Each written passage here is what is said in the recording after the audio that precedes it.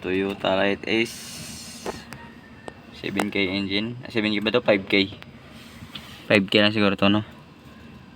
Ang grabe yung oil sludge, oh. So baklasin namin cylinder head kasi may tubig yung cylinder, basa yung spark plug. Ayan. So matagal na stock to. Ngayon lang natin subukan buhayin yung makina. Tingnan natin kung kaya. Okay. So tanggalin na yung head bolt. Sama mo na yan. Muna. Oh. Iiwan lang pala siya, no? Walang 14 dyan. Meron dito. 14. Saka na. Nawala. Nagtago. Kuang yung cameraman.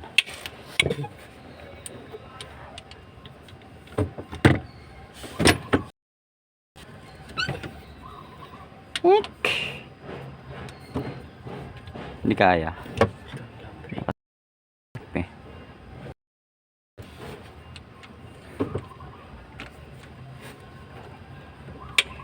Sunog.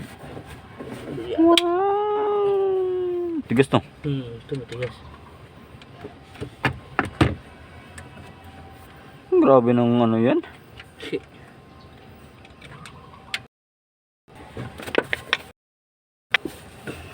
Lambot yan.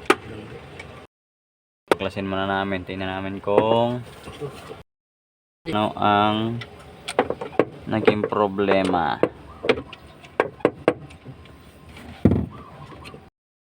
Muna baklas.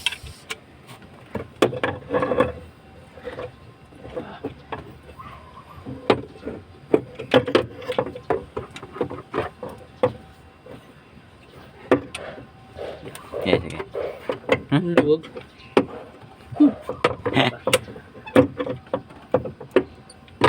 Maluwag ka, pare ko eh.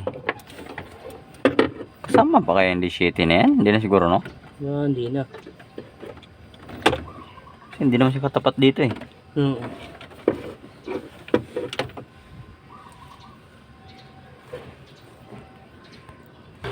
Ito na mga kaibigan.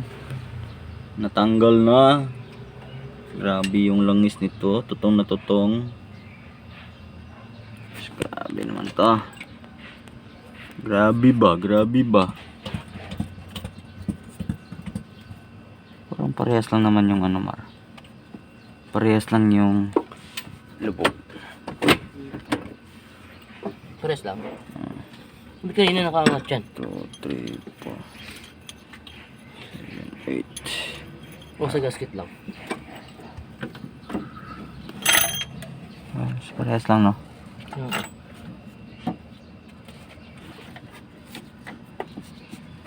Tigas pa naman. Ito yung pang ikot dyan.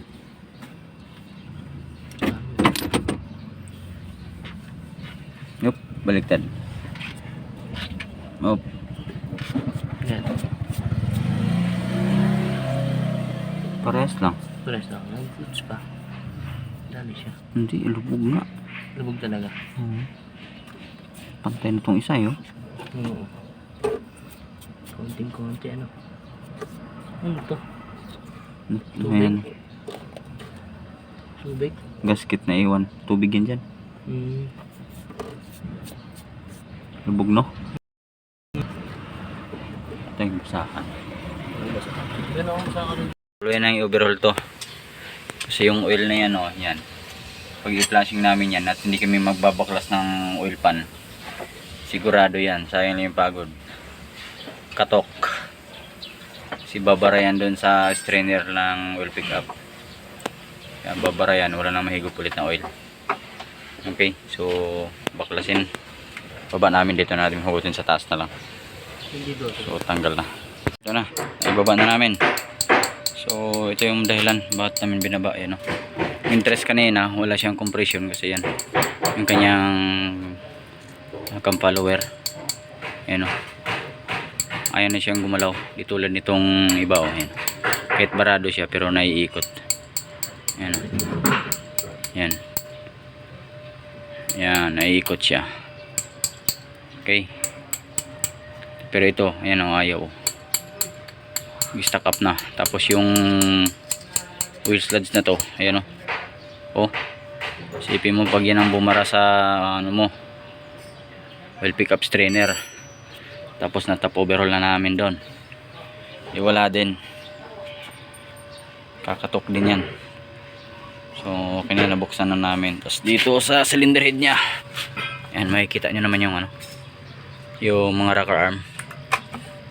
So grabe, sobrang lala. Sobrang lala nito. Ayun o. Tapos pod-pod ng kanyang valves. Naubos na. Okay. So ito, malinisan na ng husto to. Ayan. Baklas siya. Baklas. Tapos yung water pump natin, sira din yun. Okay. Ayan. Grabe o.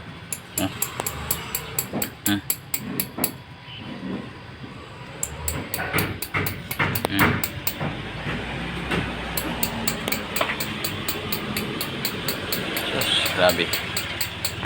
So baklasin na natin yung ano, drain plug para ma-drain yung oil. Ayan. Tira tayo ng linggo. Ayan. Tapos mamaya baliktarin na natin to para matingnan natin yung loob. So grabe na yung oil, oh. Ayan. So advice sa mga gumagamit ng polysynthetic, no, huwag nyong hayaan na ma-overdue yung inyong mga pag-change oil kung ayaw nyo matulad nito.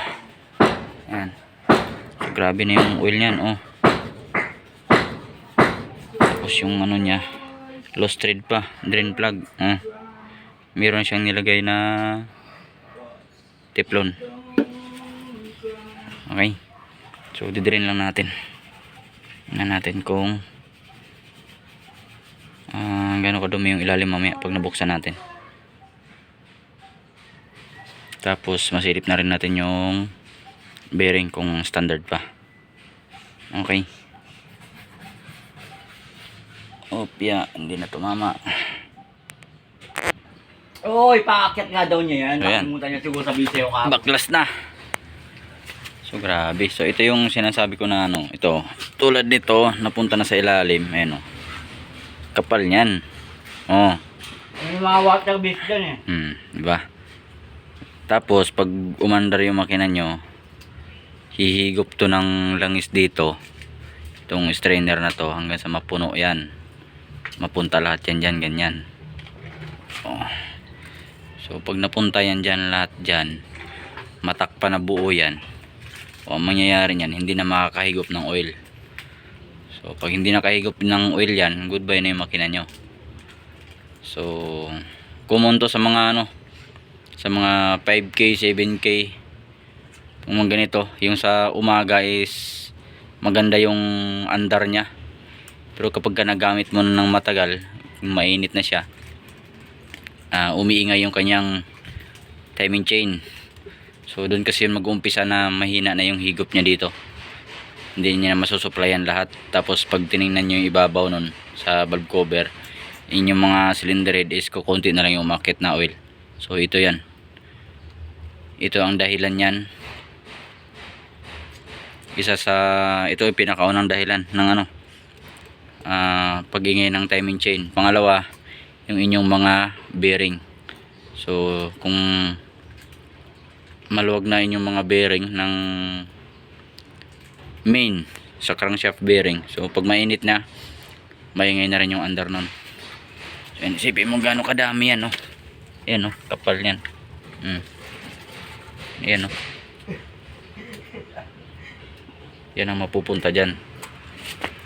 So, kaya na kahapon nung nabaklas namin is nag-decide ako na ibaba na lang kasi masasayang lang yung pagod namin. Tapos sayang lang din yung gastos. Kasi sigurado to, pag hindi na nakahigop, sisirain yung bearing yan tsaka yung mga journal ng crankshaft. So kaya sabi ko ibaba na lang, no? So mauwi to sa general overhaul talaga. Tapos yung piston ring natin, syempre i-check na rin natin. Pagka na ano natin na malaki na yung clearance, matik palit na yan.